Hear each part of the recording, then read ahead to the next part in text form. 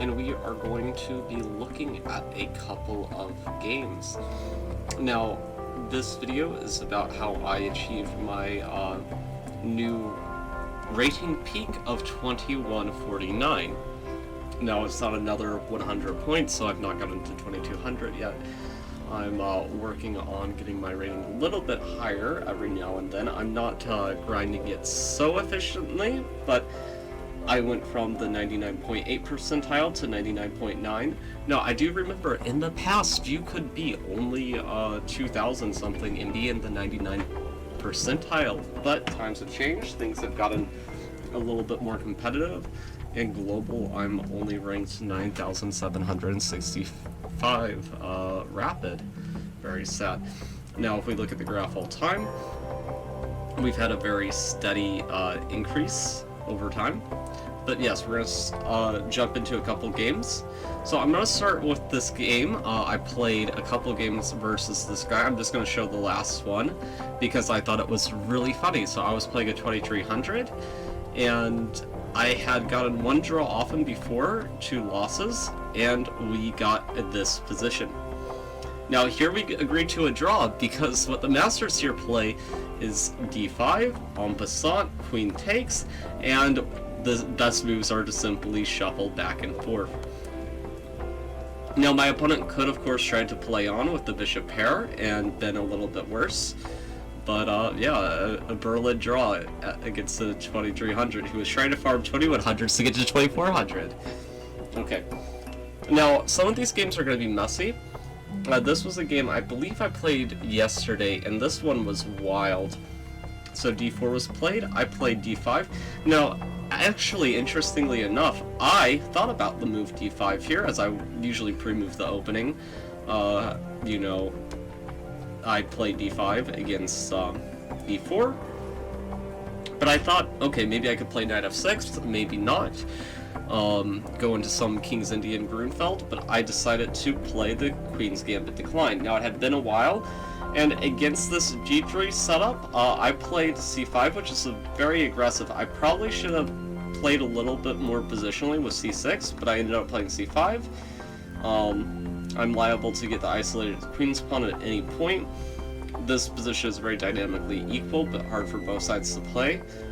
And then I play this move g6, preparing bishop to f5. And they do not stop me from playing bishop to f5. And here I go for this kind of dank move. I play knight c2. Now the idea is I obviously want to take the rook, but I throw in bishop a3 first, I take here, I get the rook, but while I am up tree, as you can see below my username on chess.com, this g-pawn becoming an f-pawn and the queen very quickly being able to get to g5 makes it so, despite being up, a full exchange. Black is actually liable to be much worse here. I played this move, he backed up, and here I am winning with the move queen to c7. He cannot move the knight, or he allows trades. But I panic. I put this rook out, not really seeing the difference. Takes, takes.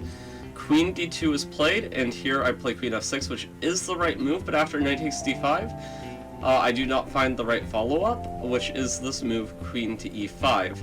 After queen e5, knight e3, I am guessing rook fd e8, and they cannot sack here because at the end of all of this, they have a knight and a rook, but with these 2 pawns on the queen side, and I'm likely to win one of them, I should win this game based on my queen side majority. That being said, he would not have sacrificed, and the game would have gone on.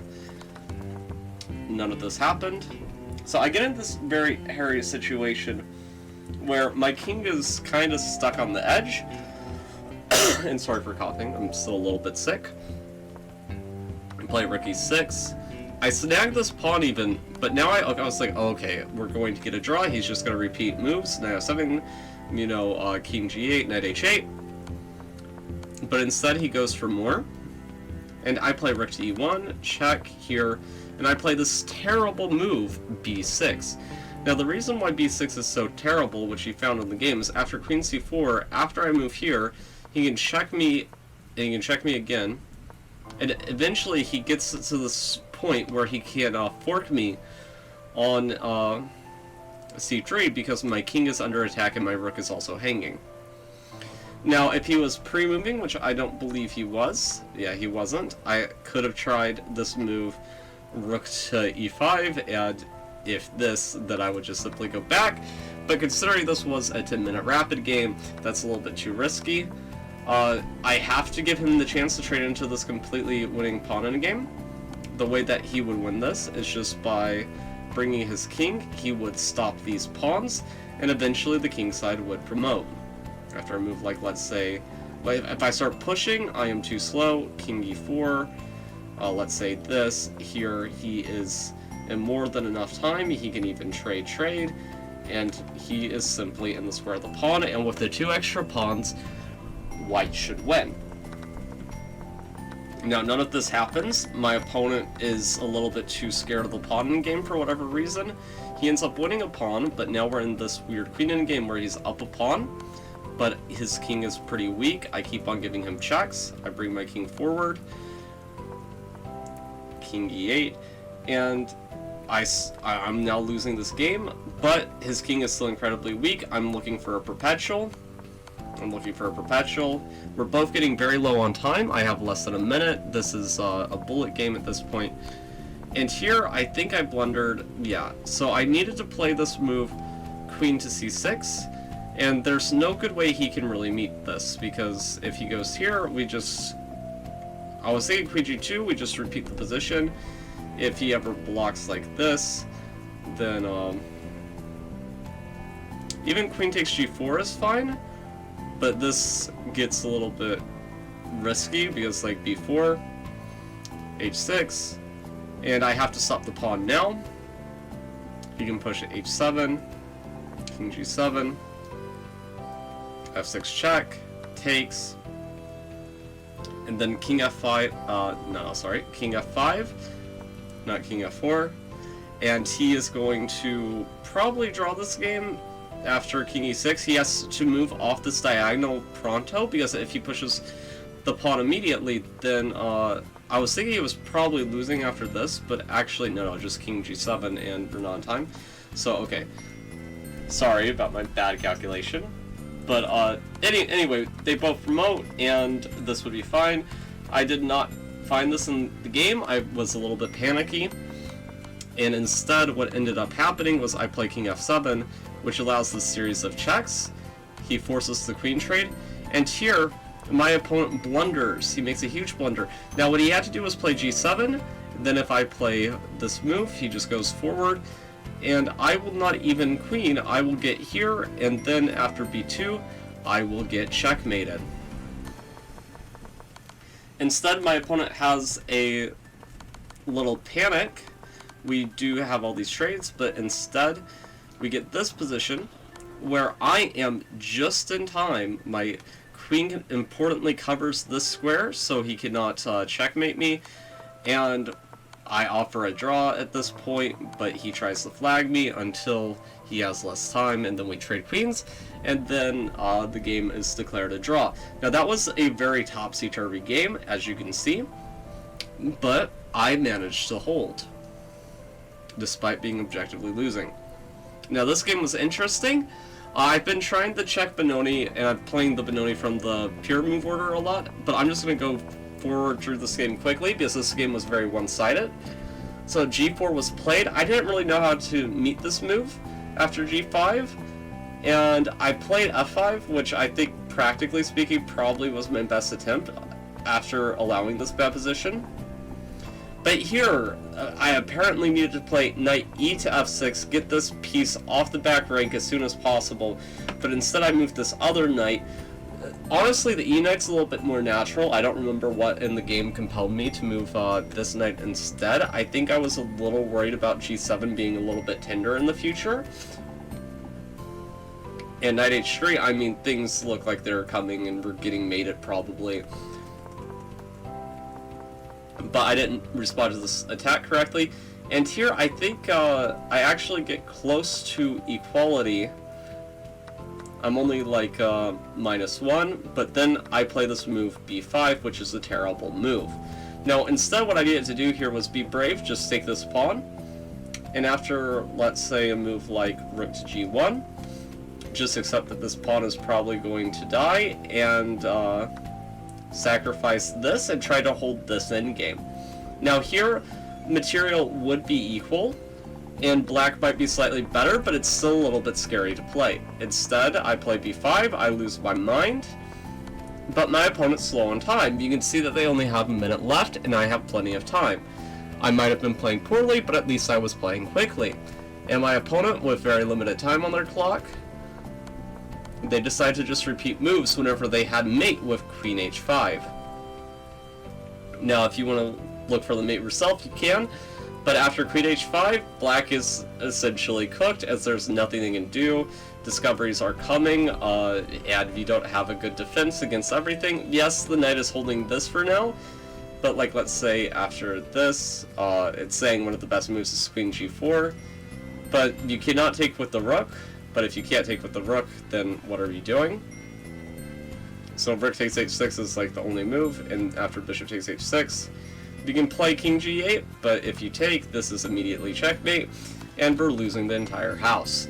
Now I got very lucky this game, and as you can see, I was 2107 after this game. My opponent lost 1 rating point, my opponent was 2142. So I'm playing quite tough opponents.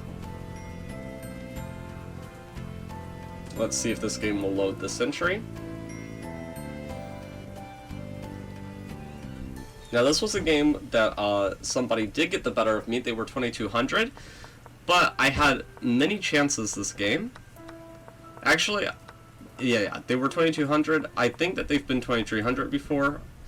So I got this nice position out of the opening, where I castled queenside. My king's a little bit weak, but we have a very tough tactical position, and I'm a little bit ahead on the clock. Now, I know that the engine is saying white is better here, but I felt like I had emerged out of the opening quite comfortable. Now, he castled, and here I should have immediately played this move, bishop to h6, because the queen does not have a great space to go. It can either go back, or if it goes here, it blocks in its own rook. Instead, what I end up doing is I bring my knight back out into the game, as I rerouted it earlier, trying to maybe go back to f6 in the future. I was also looking at this b6 square, and potentially if you wanted to play b4, landing a knight on c5 could be nice, because if he ever plays b4, I'd be quite happy, because he's starting to close down that side of the board. Which he does. I play knight c5, I play this move king to b8, and now I am solidly better. Yes, this trade was quite poor, but now I play this move rook to h6, which I think in retrospect was a little bit inaccurate. It's saying that I probably should have played bishop d3 immediately, but I was actually thinking of the game. After that, rook f7 was probably more accurate. Just try to double like this, just save the square for your bishop for when the time is right. But instead I do this, and I double along this way. But this I missed that he had knight d4. Now, knight d4 is such a problem, because let's say that black just passes the turn. Uh-oh, spaghetti-o, you lose your queen.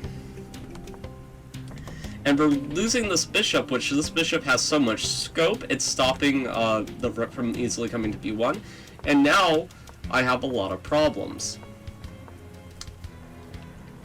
Now, mysteriously, instead of playing knight takes f5, which is what I expected, he retreated. I played bishop h6, and I forced him here. Now, we're going to be like, how did you lose this game? Well, what ended up happening was I went for this. Now, here I needed to play knight takes b3 first, and after, let's say, rook takes b3, only now take. Now, I rushed it. I took immediately, allowing him this move, and I traded my queen for all those pieces, and I thought I was simply much better in this endgame. Now, this evaluation was wrong, because these pawns my bishop can never defend, and while I have several of his pawns stuck on dark squares, knights can be tricky, especially as you run lower on the clock. So I get this pawn, and here I'm winning with a5 apparently, but I didn't see it in the game, I attacked these pawns instead. But he can simply just play knight takes h5, defend everything, which he did. And now I play a5, but now it's too late. He's in time. And his king stops everything. And I simply can't defend everything. His h-pawn will start rolling, or this pawn. And eventually I have to resign. Now I'm stubborn. I didn't resign. I played it out, hoping for some stalemate. But eventually he checkmated me, and he got the job done. Now, what I do think is good about this is that I had chances against this 2297, which I think is good in retrospect, even though it did ultimately end in a loss. As you can't win them all. I just thought it was important to show at least one loss where I got swindled from a better position. And yeah, sometimes that's how the cookie crumbles. This next game I don't remember, but we'll see it. Yes, okay, I remember this game now. Okay, I played e4, d5, I played the Scandinavian. He plays this classic d3 setup, which is a little bit more passive, but it's supposed to be pretty good. Bishop g4 is what I play whenever they do this. Now I play bishop f5. Now g4 is still possible, but I play bishop f5 instead of bishop takes f3 just to preserve the bishop pair. Oftentimes in the Scandinavian you want to give up this bishop, but I decided to be a little bit greedy. Excuse me. Bishop d2. I did not immediately play queen c7, which I should have. I do now. I play this move h5. h5 to attack him, and also hint that I'm going to castle queenside, playing moves like e6 and trying to attack him on the king side. He plays bishop g4, and here I play this dubious move bishop to g4.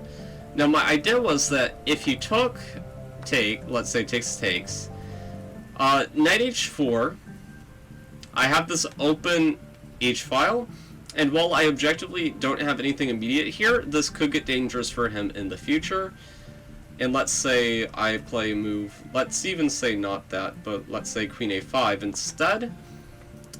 He has to figure out what to do. Now queen d2, and probably there's nothing here, but the open h-file I thought was worth it, even for the piece. Now I misevaluated this. I don't think I considered knight h4 too deeply, and I don't think my opponent did either. We end up trading some bishops here. I drop my bishop back. Game review gave me a brilliant here for castling queenside, which is just a very natural move. This bishop I did not care about whenever it was more dubious, and the more developed I am, obviously, the more legitimate this sacrifice is. I bring my knight here. It takes. And here, my opponent plays an inexcusable move.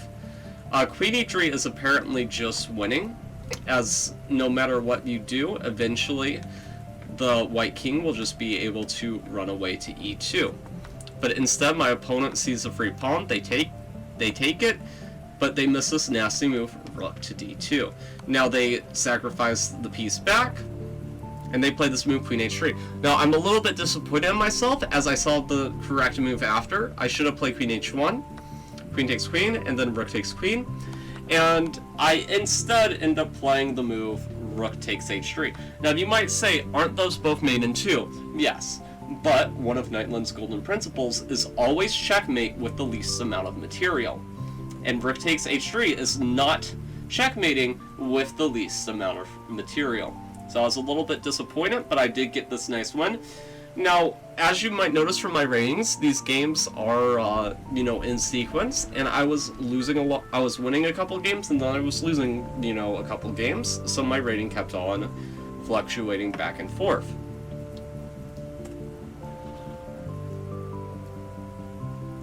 Now, this game I played against a 2267, and as you can see, my rating's starting to go up. I've gradually got it to around 2120 a couple times, but it's really hard to get past there. So this game, I decided to play the classic e4. My opponent's very strong. I decide I want to have a very sharp tactical game with him. My opponent plays e5, bishop c4, knight to f6 is played, and after this move, knight to c3, my opponent plays knight takes e4. Now, in other videos, I have shown this move queen to h5.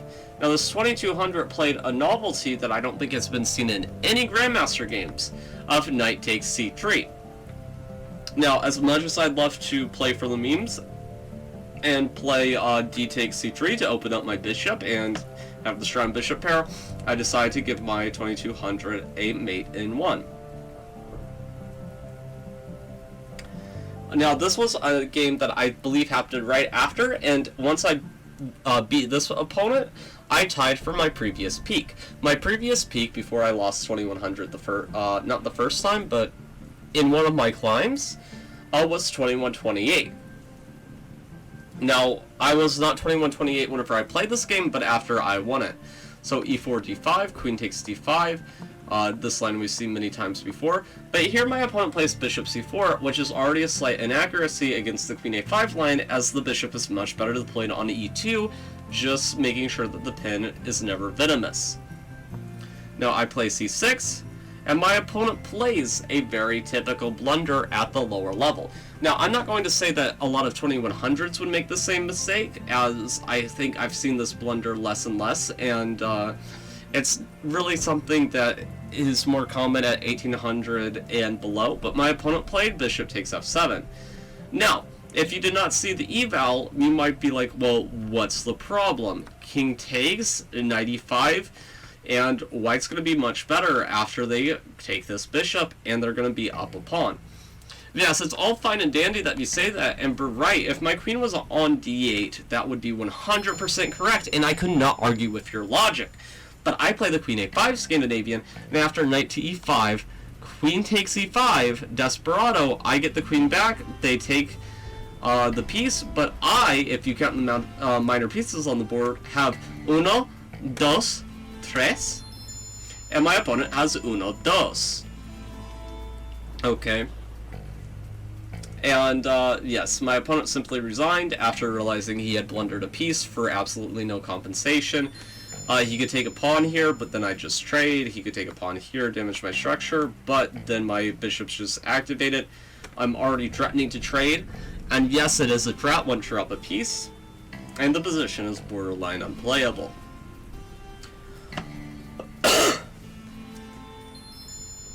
Now, this next game,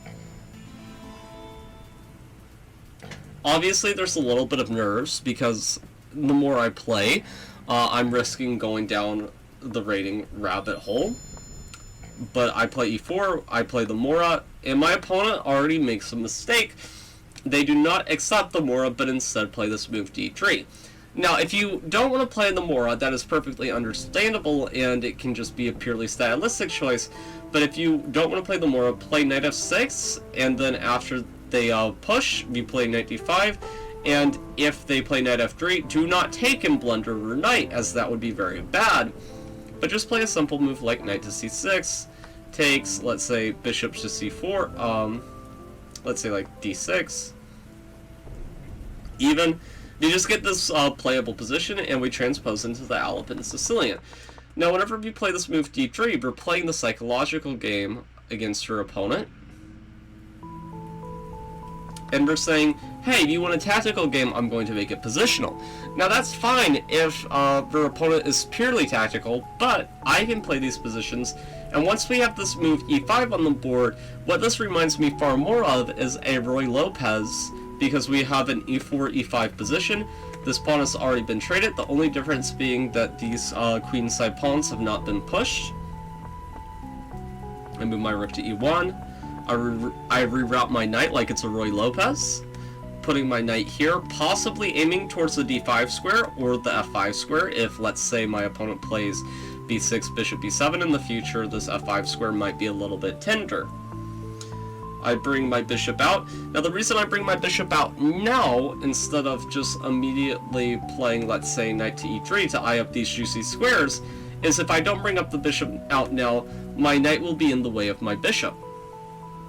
So I bring it out now, I back it up, now I play knight e3, I take here, play this move knight to d5, trying to reclaim the bishop pair. I just gave away one of my bishops, and he will either give me the dark square bishop, playing a move like queen to d8, or he will snap off this knight and give me the light square bishop, so he will lose his bishop pair advantage. I take here, play this move c4, I play this move g3. Now, sometimes players are afraid to make these moves because a move like g3 creates two holes.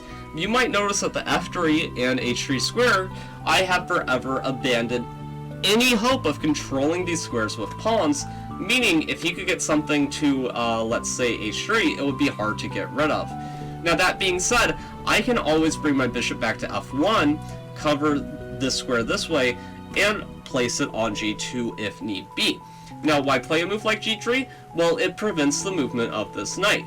This knight would love to, let's say, go to f4, but it can't now because of the pawn. Rook to c1, rook to c8, rook c1, b3. Now, at this point, I play b3 because the more alert of you might have realized that there had been this possibility, the previous moves, which was to play this move e4, and after takes, we trade pawns, though I thought this was okay for me because he lost a center pawn for one of my flank pawns, and I would get a semi-open b-file to maybe target this pawn in the future. But seeing as it had not happened for a couple moves, I decided now was the time to play b3 and not give him the option to do that trade anymore. He played bishop to e7, I played queen c2, knight d2, and here he plays this very sloppy move for a 2100. He plays this move bishop to g5. Now, on the surface, it looks like the bishop is pinning the knight or I'm going to lose my rook. But what we call this in chess is a relative pin. Now, if this was a king here, let's say the king and the rook swap places, then that knight could absolutely not move. But since it's a rook, this knight can move, but in most cases it probably shouldn't with a relative pin. But here I can attack the bishop that is attacking my rook and the queen at the same time. Now let's say my queen was on b2, then knight e4 would not be so good, because after my knight moved to e4 he could take here and he'd hit my queen, but with my queen on a light square, moving the knight to e4 is a no-brainer. Now here I got a little bit sloppy. My opponent should have just gone back with queen c7. I could have done one of two things here. I could have simply just taken the pawn and attacked the rook. He would also be attacking my rook, but a far better move was just going here and using his queen as a target, as whenever he played the move queen to d4, his queen is a little bit stuck in no man's land, and I'm threatening moves now, like, let's say they do a nothing move. I'm threatening after takes, let's say takes, this move, and uh-oh, spaghetti-o, the queen is a target. They can play the move queen c5, but then I keep my light square bishop, and I am simply up a piece, and I will go on to win this game. Instead, I just took the bishop to ruin his pawn structure, and now I play the correct move. Once it's no longer as strong, he plays queen c5, queen d2, I take the pawn here, and here I play a move that the computer thinks is a miss, at least on lower depth. Now, here what I was a little bit worried about was after, let's say, a move like bishop takes f5, he doubles up, his queen is pressuring this pawn. So, like, let's say this. Let's say I just back up. Well, at this point, he has a draw at least if he wants it, as he could just shuffle like this back and forth. Now, I was worried about a possibility like that happening. Now, what I did in the game is actually still possible if I start with bishop takes f5, but I play b4 immediately. Now, my idea of b4 is just to get the queen away from the f2 pawn and off the diagonal. And now I take, he doubles up, but unlike that previous variation where the bishop moved and there was some drawing motifs with shuffling like this, we'll notice that the only thing that could take the f2 pawn is the rook. He plays rook takes f2, and after queen to h5, my opponent simply resigned, as they would have to give up a rook here in order to stop the checkmate. Or, pretty much. And they're just down a piece. There might be like some weird way to do it. I'm trying to think here. I guess... No, you can't play a move like rook f6, because after check here, this would be checkmate, because the rook and his own pawn suffocate the king. Okay. I think I'm going to show one more game too, because I'm going to show, what is it, this game, because I want to show the game where I got the rating peak. So these are the two games that I played today. It is May 24th, 2024, which is very aesthetic. So my opponent plays d4. I tried my hand at the Benoni again, hoping that I play it better than I did yesterday. Now, I decided to do what I did against the National Master, where I would go for an approach where I play e6 and knight f6. But this time I did it in the correct move order. I castle, my opponent plays e3. And here, they are threatening this move b4. Now, there are two thoughts. Either I can strike in the center, I can develop my rook, or I can try to prevent the move b4 altogether by playing the move a5. Now, I decided to move my rook, and I was not so scared of b4 because I thought I'd just play bishop to f8, and I get this playable position. My g7 pawn is very well guarded, and I thought this position looked playable. Bishop to d3 is played. I play this move e5. And the idea of e5 is I'm simply threatening this. Now, what I thought would probably happen in the game was I was kind of expecting a move like e4 to be played just to stop the fork, and then we would have something that would resemble a Mora bind Sicilian. And let's say I play the move like a6, like it would be very knight orphy. Now, here the computer is saying a5 is the best move, which makes sense, just striking at the center. And after a move like b5, I'm guessing knight d4, because knight b8 is too passive since our knight would need more time to develop in the game. And we get this very interesting position. Now, after, let's say, knight takes d4, e takes d4, knight e2, there's knight takes e4. Knight d5 is interesting, but there is still knight takes d5. Maybe, though, here we can go for some counterplay with, let's say, like b6 and knight c7. Anyway, my opponent doesn't do any of that. They instead place this knight on e4. I play this move d6 to open up this bishop, which I think is very logical. I take here, play this move f5, king h8, and here I simply do an oopsie. Now, what I was thinking in my head was I was going to route this knight over here and try to prepare this move f4 to try to put a knight there. And that's all fine and dandy, but whenever I placed my bishop on f8 way earlier in the game, it took away one of my rook squares. And whenever I did this, bishop to f7 is a rook trap. Uh-oh. So I try to play quickly, just, you know, compensating for the fact that I messed up. Now, they already mess up a little bit, because after this move, queen g6 is almost equal. Now they play knight to e1, but here I find the wrong plan. Now, what I had to do, and it's kind of hard to do whenever you've blundered a piece so unceremoniously, is just play bishop e6 and get your pieces into the game pronto. But instead, I'm like, oh my god, I blundered the exchange, I'm going to lose this game. I start playing for tricks. I play this move, queen h6. Now, unfortunately, bishop c1 just kills my idea, and probably even queen f3 also kills my idea. But let's say that we did a random move, well then there would be, well, I thought there'd be this, maybe not. Really. I was saying there'd be the sacrifice, and after king g1, rook here, I thought mate was hard to stop. Apparently computer laughs in my face and calls me stupid, because after rook to e8, there is rook to a3, lateral defense like this. Okay, I completely missed that rook a3 would be an option. Actually, rook a3 is an option only because. Okay, wait a second. Let's say rook b1. Okay, yeah. So I accidentally played a move that would defend against my idea as a random move. Yeah, here, king g1. Things would be really unclear after rook e8, and it looks like they're in quite a bit of trouble.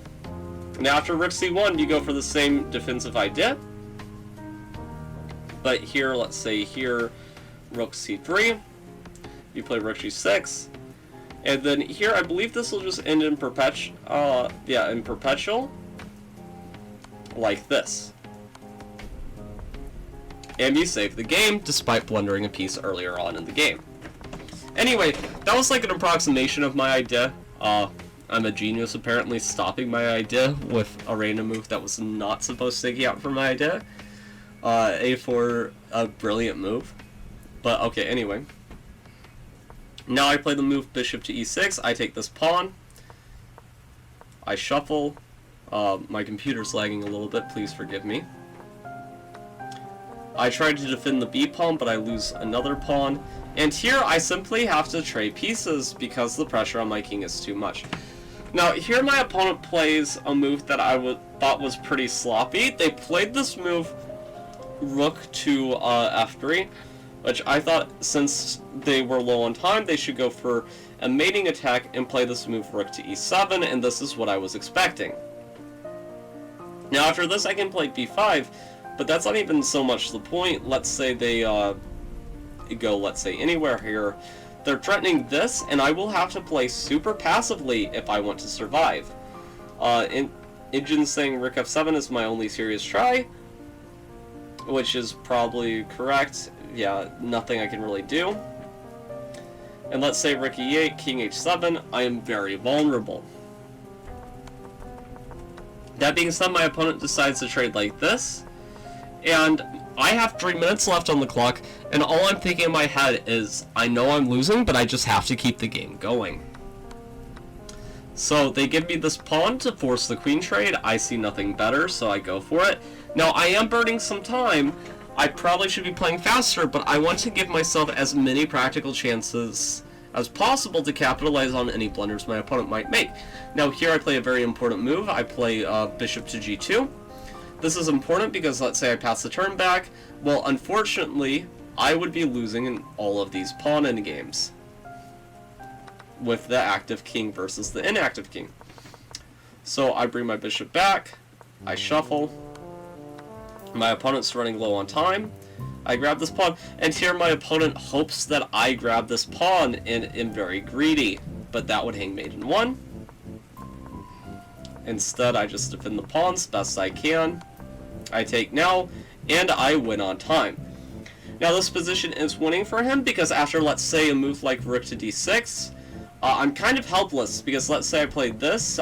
This pawn is not actually defended, my king is too far, and you will win this pawn in game. Let's say I try to bring my king back, you can just play the immediate b5, and your pawn is way faster than mine. You do not even have to try to catch it because you will queen before then. Which I saw in the game, but nothing I could do about it. Other than play fast and hope for the best, and I did. Okay, now for the final rated game that I played today. And I'm sorry if this video has gone on a little bit too long. I just wanted to show some games where, you know, there was some struggle, you know, a loss, some draws. So E4 was played, and even at 2100 level, I'm still a big believer of the Scandinavian defense, so I deploy it once again. Queen a5, knight f6, c6. My opponent once again plays this bishop c4 move. Now this opponent was a little bit more aware than my previous 2100 opponent, who blundered knight to e5, queen takes e5.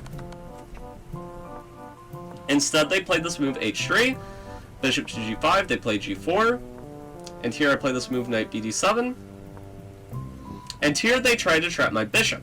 Now if I play a random move like, let's say, a6, f5, and oh no, my bishop is going to be forever entombed.